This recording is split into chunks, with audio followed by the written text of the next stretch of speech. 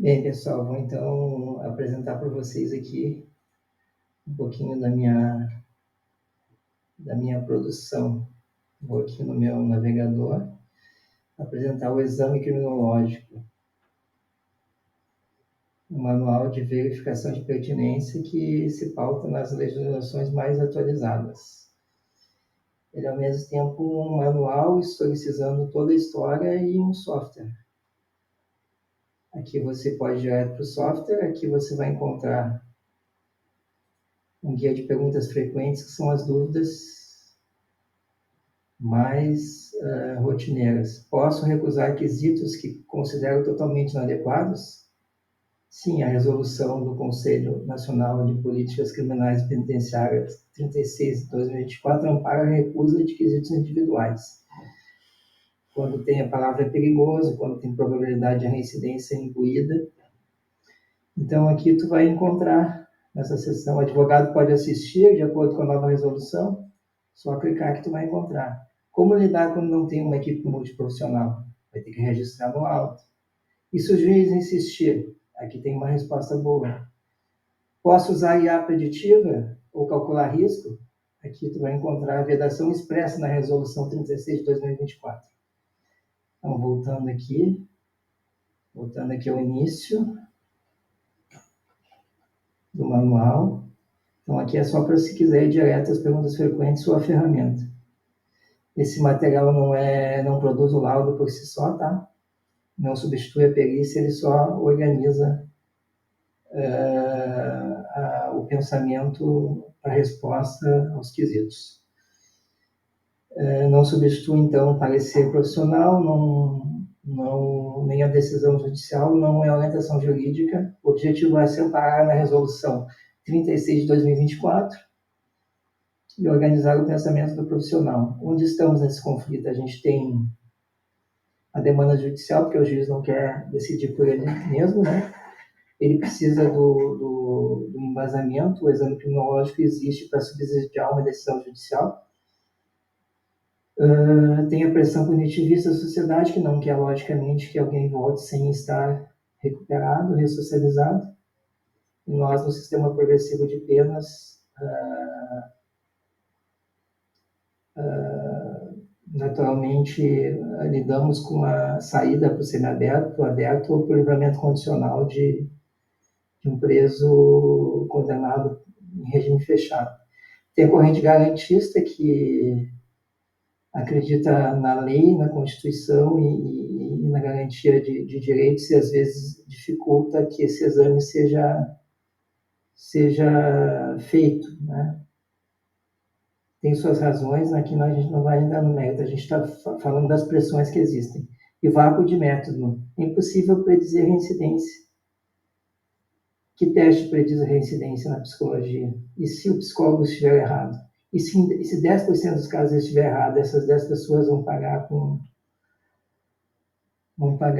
por todos os outros? Então, não existe método ainda na psicologia. Tanto que a periculosidade não é um conceito bem definido ainda até a periculosidade não é bem definida na psicologia. Então, são muitas forças empurrando e se tensionando, e esse manual é uma bússola.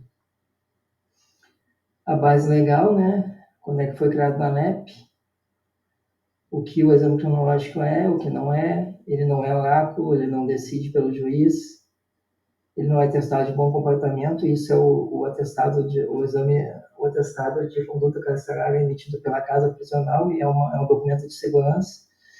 O que ele é ou deveria ser? Interdisciplinar, só subsídio para o juiz, ele deveria contextualizar todos os aspectos psicossociais envolvidos, historicizar esse sujeito, né, e ter um antes e depois da entrada. Aí a gente vai falar daqui a pouco da baseline, uma ferramenta de individualização de execução de pena. Isso que ele é. Já falei um pouco, o exame imunológico que ele é. A individualização da pena, ela é... A gente pode comparar grosseiramente na saúde coletiva ao conceito de projeto terapêutico singular. Dá para entender também como projeto, já que o sujeito está preso, projeto pedagógico disciplinar, um conceito que eu inventei, mas que pode, faz sentido, né? A prisão é uma instituição disciplinar. A perícia psicológica é diferente, ela tem método científico, ela tem instrumentos validados, então não é, o exame criminológico não é uma perícia psicológica tradicional. Até a resolução 36 veda o uso de inteligência artificial preditiva e testes que supostamente prediziam reincidência ou coisas do tipo, ou periculosidade, ou algum conceito nebuloso que tratasse do binômio delito-delinquente diretamente. Baseline é a base, a resolução 36 de 2024 ela vai prever que tu faça a individualização no início, para que depois no exame criminológico tu compare essa individualização ao exame, para que tu não possa diferenciar o que veio com o sujeito, o que é prévia à prisão e o que melhorou ou piorou enquanto a condição de encarcerado se transcorreu. Prognose é predizer um comportamento, periculosidade é um conceito juridicamente carregado, não operacionalizável pela psicologia, como eu já vim falando. E quesito é obrigatório. Tu não responde aquilo que não foi perguntado. Há risco de se tornar parte do processo. Você não é parte do processo. O perito, vou falar assim, né? Apesar de não ser uma perícia, a gente está nesse lugar, o entrevistador ele não é parte do processo. Linha do tempo, nós tínhamos a resolução 12 de 2011, que regulava, ela foi suspensa por uma decisão judicial da primeira vara federal do Rio Grande do Sul, juíza Gabriela Cristine Bintin. O TRF4 confirmou. E no espelho disso tivemos vários pareceres técnicos. Aqui está a decisão e aqui está a confirmação. Eu só vou acessar para você ver que tudo é interativo. Você acessa aqui, abre a decisão e você volta.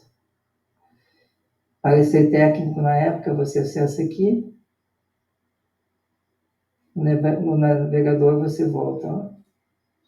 E aqui cada conceito se manifestou também. Tem toda a história das manifestações. Ó.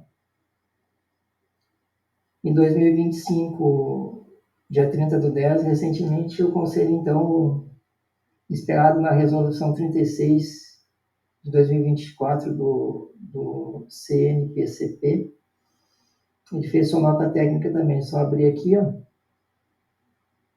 e vai encontrar a nota técnica. Só abrir ela aqui. Ou ir no site, também vai encontrar.